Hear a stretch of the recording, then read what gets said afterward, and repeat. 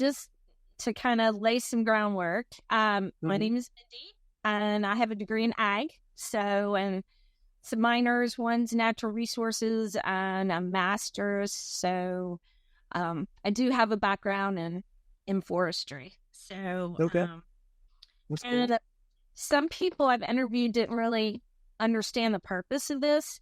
And the purpose is to, I call it kind of modern day job shadowing.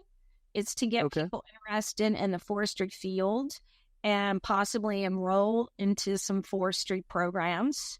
So that's the purpose of these video interviews. Okay, that's great.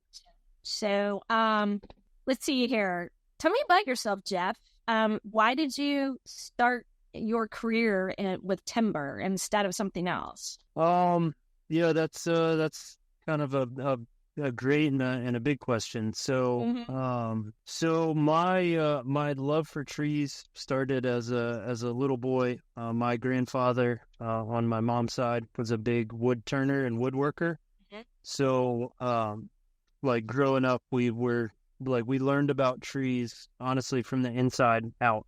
Of like what different wood looks like, the different things that you can make from, what other people would either just kind of leave as waste and let it turn back into soil or, or cut up for firewood. My grandfather just could see beautiful things inside of it. So that was just kind of like how my brothers and I grew up in a lot of ways, was like that inspiration from the outdoor world.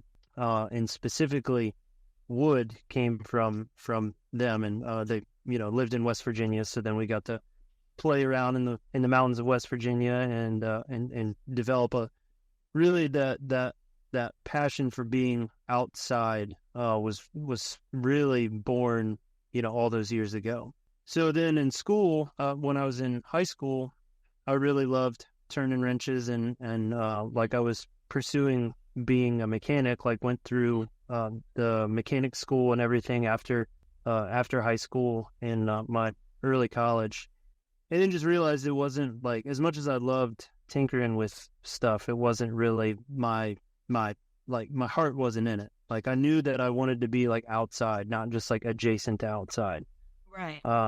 So I was also working for the Boy Scouts and like during summer camps and stuff in the mountains of Virginia, and knew that Virginia Tech and Radford University both had like recreation based like outdoor recreation based degrees.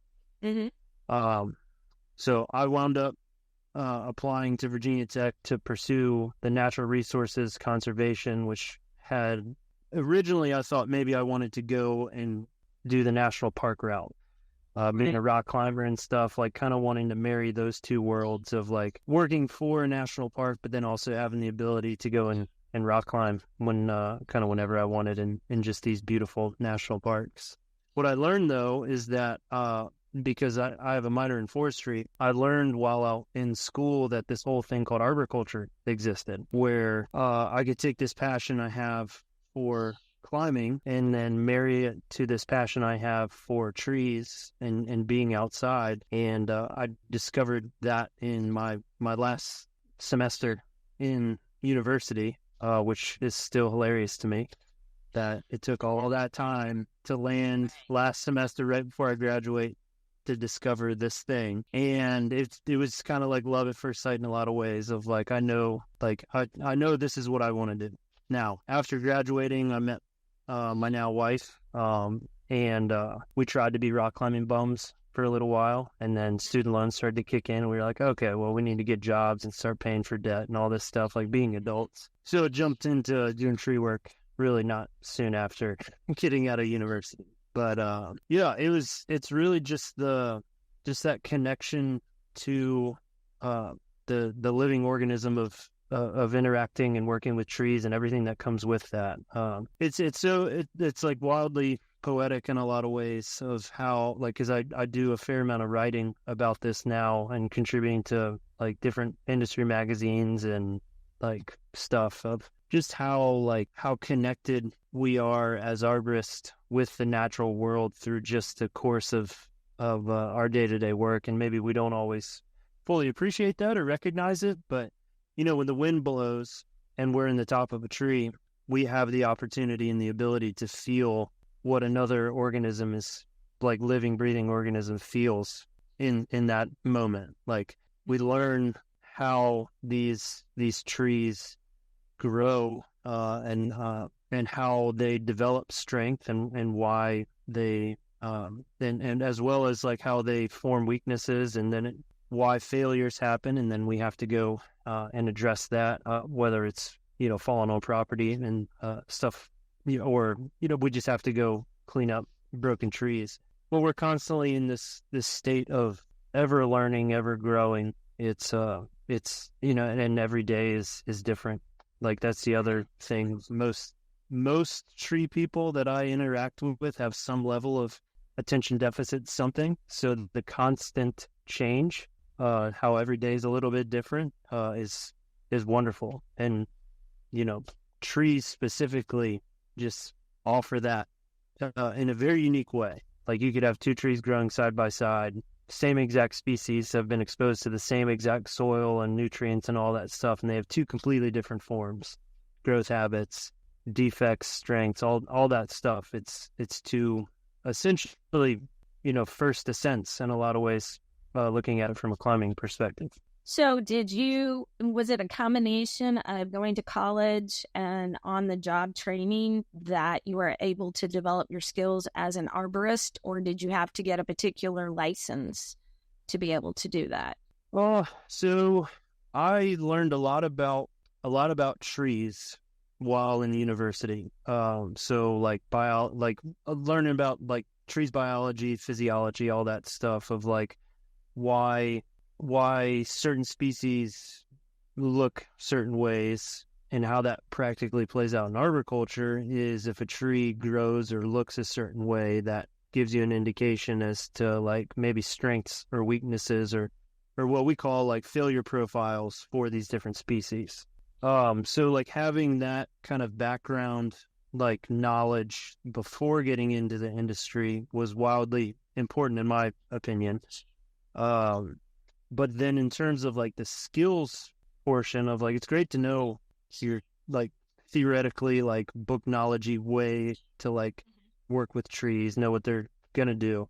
But in terms of actually like conducting it, the on-the-job training is how, for the most part, the entire industry operates. And there are a few certifications here in the States that you can go and get, such as the ISA Tree Climber certification, ISA Certified Arborist are the two kind of predominant certifications.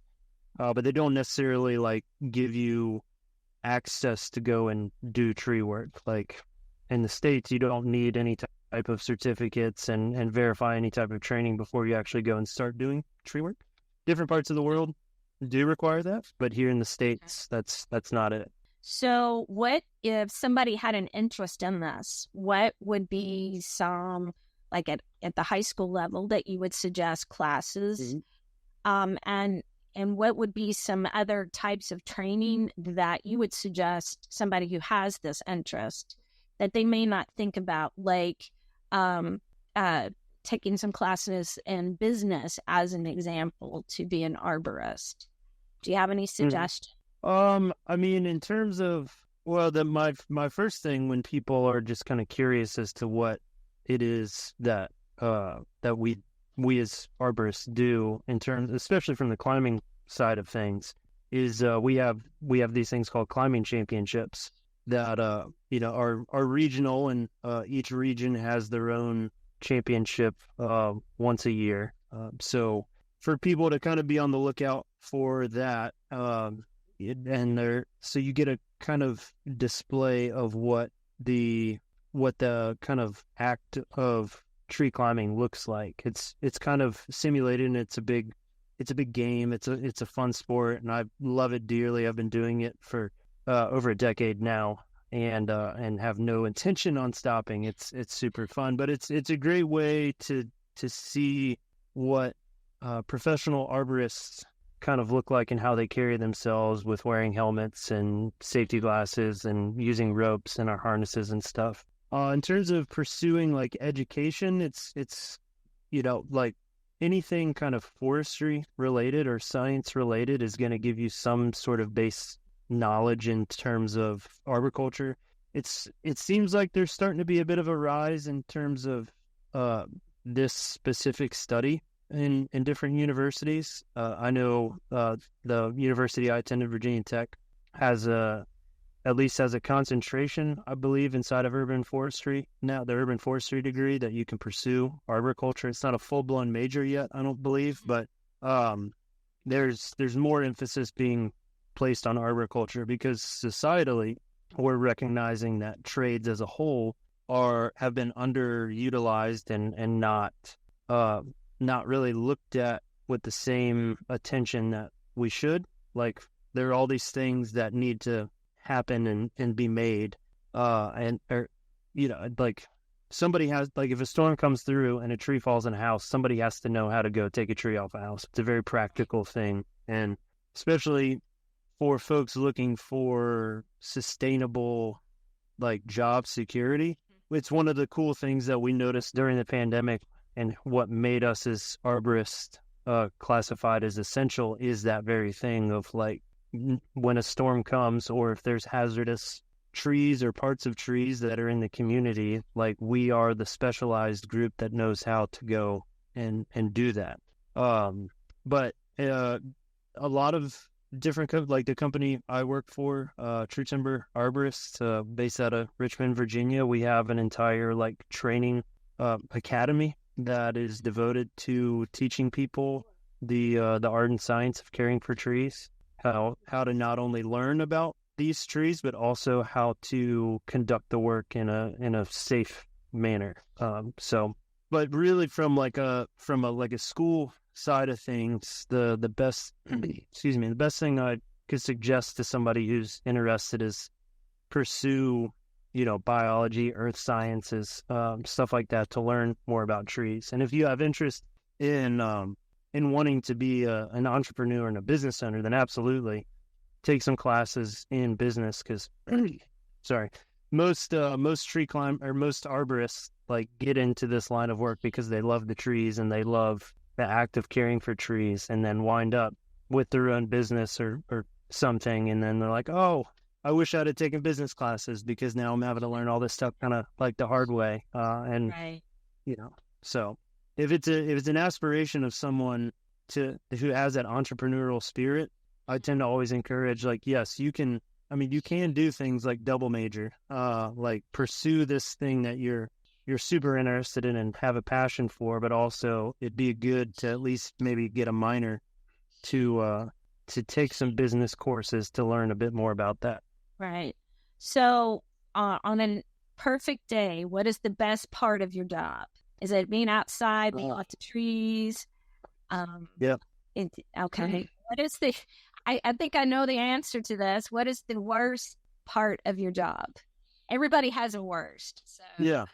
I'm going to start with the worst. All right. So the worst part of my job are the days when I'm not able to be outside and in the trees. So what my role, True Timber, is I'm our risk manager and academy director. So I'm the one that is responsible for overseeing our entire training program, monitoring compliance, and taking, our 35 field employees and making sure they have access to the training resources they need, but then also going and working with them. So my worst days, honestly, sorry, drink some water, get this bug out of my throat. My worst days are honestly the days I have to be behind my computer, just because of the necessity of my work, it's usually, I try to keep it all on Mondays, so that way I just knock it out in one day and don't have to think about it again the rest of the week. But it's the spreadsheets, it's the compliance piece, it's trying to come up with new programs. I really love writing, and I tend to do it on that day as well, and that kind of like gives me a bit of a boost on what I would call my worst days. But then my best days are like days like today, where it's a beautiful day outside and I get to just go run around in trees. Like, yeah, just a few hours ago, I was about 90 feet up in a big willow oak in the middle of downtown Richmond and got to take in the beautiful view of our city, but then also see the cool river that runs right through, and then have a complex like tree to try to figure out how to move around in, and have to set up ropes and pulleys to control how I bring this debris down into a very small space. So, stuff that, yeah, it's why, again, arboriculture and specifically the climbing portion of it requires so much of your physical body, but also of your mental side, and like it just fully engages you in a great way. So anytime I'm in that world, when my feet are off the ground, it's a great day. Doesn't really matter what I'm doing. If my feet are off the ground, it's my favorite day. Okay. Have you seen some drastic changes in the industry from when you started to now? Oh, yes. Yeah. So I started in the industry in 2011. So this will be I guess I'm in my 13th year in arboriculture. And I mean, I was fortunate to start with a great company that placed a lot of emphasis on safe work practices and training and stuff like that.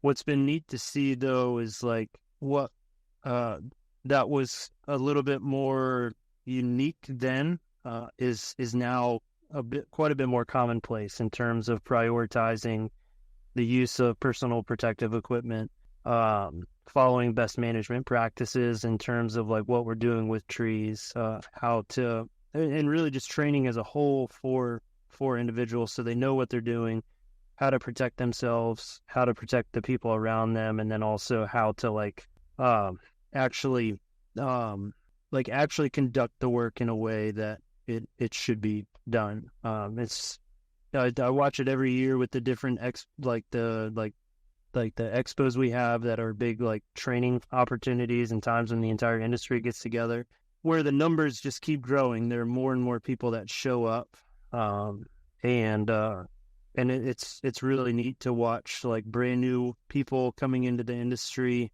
have this passion for wanting to learn and push themselves. I think has also motivated folks who have been in this industry for a really long time, who are kind of they know what they know, and it's great, but it's having this kind of like this burst of desire and passion for wanting to know more seems to have not only inspired the people coming in, but inspired the people who've been around for a while. So because like we're constantly learning stuff about trees, like, even sometimes the Latin names of trees can change because somebody decides they want to change that, or a group of people do.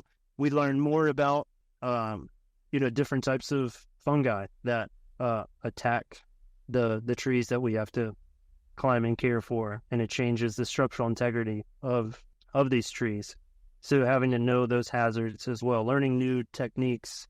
And it's funny, I talk about it as well, of like I remember telling my geometry teacher in ninth grade that I'll never ever use geometry ever. Why do I need to know geometry? Why do I need to know shapes? And now every single day, and I said the same thing about physics in high school. Why do I need to know this? And every single day that I'm on a work site, I'm using geometry, I'm using physics, right? And thinking and like applying these things that exist in different places that really haven't been talked about a whole lot inside our industry, especially in the last 5-10 years. That conversation has really blossomed. So are you seeing because I'm a minority, and I guess you can tell, but are you seeing women coming into this field, or is it still just men that you're seeing at these conferences and trainings and stuff? No, I mean, it's still largely male in terms of the makeup of the industry, but there are far more female arborists in the industry now than there were when I started. We have a few at the company I work for. There are special events that are held. Like right now, there's the Women's Tree Climbing Workshop that's happening down in North Carolina, put on by my good friends Barry and Melissa Levangie. And so stuff like that has created a space for other women to show up to just talk about stuff and have that space to where they can just talk about what it's like to be a woman in an industry that's largely male dominated. So yeah, I mean, there's been way more. It's great. I love it. Yeah, I'd love to see more women, join in on the industry. I personally just learned so much, just a different perspective, but also like as a male, like our gender tends to try to like brute force our way through everything and not be overly cerebral. Whereas especially from a climbing person, not especially, but definitely like it's most profound. I feel like in terms of our day-to-day work, we see this played out where the women I work with think about stuff a little bit different and they move through the tree a little bit different. And it's equally inspiring to me and has changed the way that I even go about my work of thinking about how to be more fluid and like try to be graceful through a tree instead of like a wrecking ball, like running around through the tree. So, right. So if somebody was, we still have this big debate about going to college or going into the trades. So would you recommend from, a person in high school who is kind of, I don't necessarily want to go to college or can't afford to go to college, but I also want to do something that I can make a living wage at. Would you recommend somebody at least exploring being an arborist as a way of supporting themselves? Absolutely.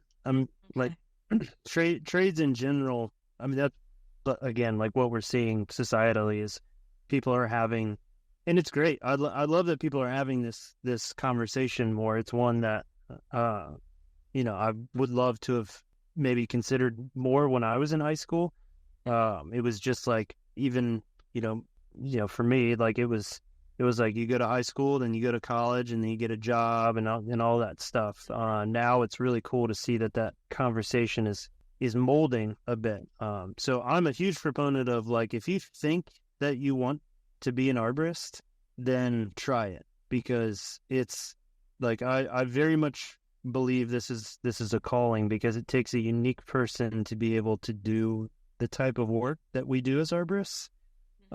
It's dirty, it's hard. In the summer you're sweating profusely. In the wintertime you're really cold. Like, we're just outside. We're, depending on what part of the world you're in, you might be in smaller trees, you might be in bigger trees, but regardless, you're living a life off the ground, or setting people up to go and do work up off the ground. We've cut with chainsaws, we're tied in with soft ropes. We call them tree kisses in our household, like talking with my kids of like all the little cuts and scrapes I get from just being in it. So it takes a very unique person to want to do this day in and day out. And if you feel like you have that draw, that desire, there's a good chance that you're nutty like me and want to be part of this industry. And if not, then that's okay too. Like, there's so many other different things that are available. And the thing about like college is like, it's always there. Like, I'm 37. I could go back. Like, if I never went to college, I could go to college right now. Like, the online is more available than ever. I started out going to a community college, which anymore is how I try to talk to young people of like, you don't have to go straight to like a 4-year university and accrue all that debt, especially because your first couple of years are largely like, the same stuff that you would go through in community college. So at the very least, you could do some classes in community college to start getting credits in something that seems like it might be interesting, and then work part-time or work out some sort of arrangement with a local tree company and see if they're into it. Because like, tree companies are always looking for good people. Like, that's just, we always need people, because again, it takes a unique person to do this. It takes an even more unique person to stick around for a long time to continue to do it. So if you feel the calling towards it, pursue it. And if you find out like, hey, this isn't for me, then go try something else. Go, pursue college and see what you learn. But you will forever be changed by doing this work. Like that has been very, very much a common theme with everyone I've worked with over the last 13 years that has tried it and then gotten out of like, oh yeah, I remember tree work. So have you seen the demand increase since you started to now due to the environment changing? Have you seen, like a higher demand, or has there always been this high demand for arborists? I think it's pretty universal. I mean, it depends on, like, I've done tree work I'm based in Richmond now, but I've done tree work in a lot of different places, across the majority of the U.S. It also kind of, it depends on, like right now, well, not just right now, but for the last, 5-10 years, we've had the emerald ash borer that's been attacking ash trees. So as that pest has moved its way across the country, it's created a level of demand in those parts of the country that eventually all the ash trees, or the majority of the ash trees, go away, so the demand lessens. So you'll have these spikes of, Dutch elm disease is another great example of that. Oak wilt, different parts of the country are more susceptible to oak wilt. So where regionally, where you have some of these issues, you might have more kind of like quote unquote steady income because you have these trees that have these issues, other than the fact that, like, if not managed properly, or if, say, something like the emerald ash borer is just kind of like you can't contain it, eventually that resource is going to be completely or mostly removed. So that is kind of your major income flow as a business kind of drastically lessens, but there are still trees that need to be worked on. You'll just have, like, if you were to look at your books as a business, you'll have this like massive spike for a few years and be like, oh, well, that's because we had this pest going on. But your baseline is pretty much always going to be kind of the same. Of trees will, so long as trees and people are interacting with one another, there will always be a necessity for arborists. Like right now, I'm looking at the wind blowing hard in my yard, and all the trees around it are either being strengthened by the wind or they're being weakened by the wind. That's just kind of it. If there are trees and there are houses, eventually, there will be a storm that puts trees on houses, and at the very least, we have to be the ones that go get them out. But there's also the routine pruning and removal practices that I wouldn't necessarily say I've seen a demand for it increase, but I don't think I've really seen it decrease. It's pretty much just a flat line of like, it just has to be done.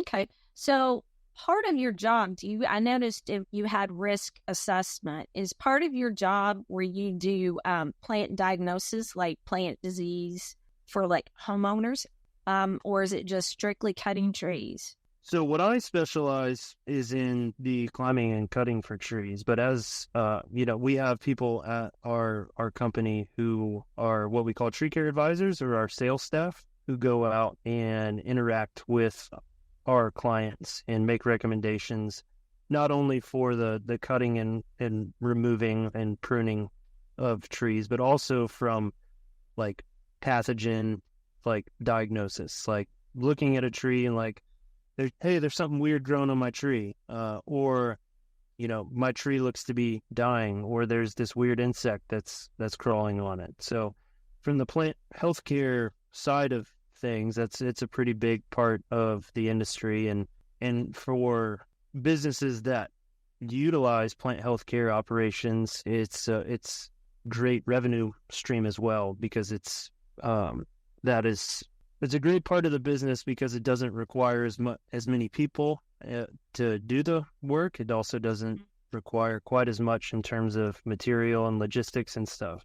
But yeah, it's going out and trying to help a client to like figure out what's wrong with their particular tree. If it's a pest that's attacking it, trying to identify that pest, and then choose maybe a chemical or some sort of remediation to address that. Same thing if it's a fungal infection, or maybe there's something going on in the soil, in which case we'll pull out this big air compressor and expose the roots and see what we can find, and maybe do some remediations in the soil. So it's not just the climbing and cutting. Like, as an arborist, there's a lot of different avenues you can get in. I have friends that only do consulting, and as an arborist, they just go out, look at different trees on people's properties, give recommendations, try to be almost like the middle person to set them up with a reputable tree company to come and do the work. And it's, there's that avenue as well. Okay. All right. One more question, I'll let you go. No. So I know a lot of trades have a journeyman type of program. Arborists do not, correct? That's not necessarily true. Okay. Yeah. So it's just not, there aren't many of them. So our company has the only certified journey worker program in the state of Virginia. So our True Timber Academy has two different apprenticeships, or journey worker programs that our employees can be enrolled in. And there are a few other kind of like scattered throughout the states, but for the most part, there aren't like the same type of journey worker programs that exist in like the utility, like the electricians, plumbers, folks that actually work on the power lines, carpenters, all that stuff. So It's a relatively kind of new thing. It's also kind of it took an incredible amount of work to get us to that point, and anything new that's going to require that level of work. But that's why we don't see many journey worker programs for arborists, but also the trade itself of an arborist is not as historically recognized in the same way as like an electrician or a plumber or a carpenter or any of that stuff. So we're kind of like on we're gaining progress in terms of like not really legitimizing the industry because it's already legitimate, but adding more kind of structure around it to have it be looked at a little bit differently than it has been societally. Okay. Do you have any questions for me?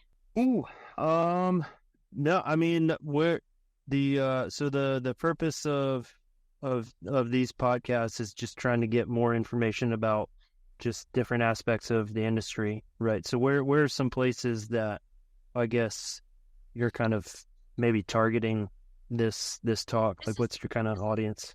Well, I was hired by the company to do this. I kind of call this a modern day, like not a mentorship, job shadowing. When I was in school, we called it job shadowing type of thing, but a more modern day. And the goal is to encourage more people to go into the forestry field, whether they go, to college or, they go in a trade that has to do with forestry. That is the goal of this project. So I've been talking, the internet gremlins have been terrible. So I've been talking to several people about their role in the forestry umbrella. Forestry to me is like agriculture. There's a bunch of stuff underneath that umbrella, and some people make the connection, and some people don't make the connection that it has to do with forestry. So that's the goal of this project. So nice. And I think it's a very valuable project, especially with kids, so many people living in the city and not knowing what the possibilities are. I used to be a school teacher, so I know what schools promote, and that's not for everyone. It is for some people, but it's not for everyone.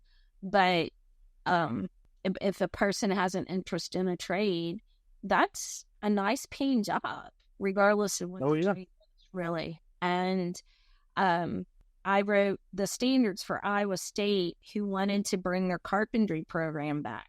And so when the student would enter their junior year, when they graduated their senior year, they would be making 75% of what a journeyman would be making. And they just had one more year. And that's a pretty good salary for, 18-year-old. So, and no college debt or anything. So I think this program's a really good program to introduce people to some different possibilities out there. So, that's great. I don't have the website or anything to tell you where it's going to be posted, but it's just, like I said, I just compare it to modern day job shadowing, so people can just kind of get a little taste of it and think about it and decide if they want to try it or not. So, but, I wasn't in that. I wanted to be a vet, so with the vet school thing, that didn't work. Well, it did work partially, but the reason I asked about females, when I was in high school, I went to my counselor and said, I want to take ag. And she said, no, Mandy, you can't. And I was like, why can't I? Women, girls take home ag, boys take shop and ag and all that. So the next year, I asked the same question, got the same answer. My junior year, when I was planning, my counselor said, all right, Mindy, you can be in ag. And I still couldn't figure out for the life of me why I couldn't be in it. It didn't make any sense to me. So I really like to see women, rock that glass ceiling and go into stuff that they have a lot of passion for. And I used to do curriculum for a program called Train the Trainer. And I was always so happy to see female electricians in the class because I was like, oh, you are making the road easier for the next female that wants to explore that. So, I love that. Go ahead. Sorry. Like you've had a very interesting journey to find what you're really passionate about.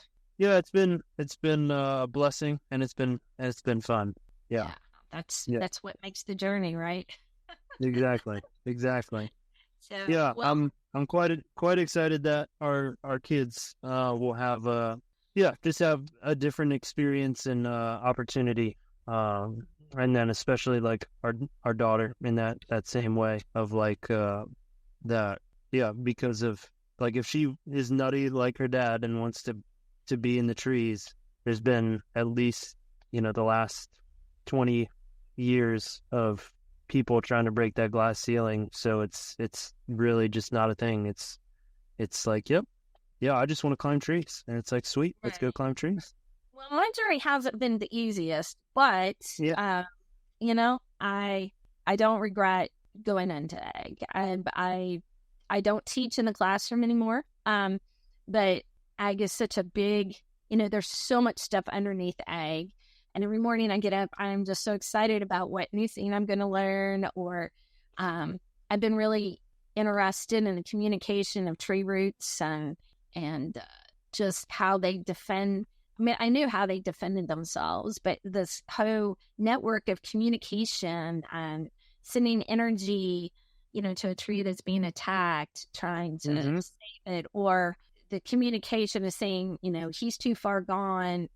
We're just going to have to let it go type of thing. And then I used to run a community garden, and the fact that insects can see things that we can't in a spectrum, and they can zone in. I had a community gardener that was afraid of the tomato hornworm.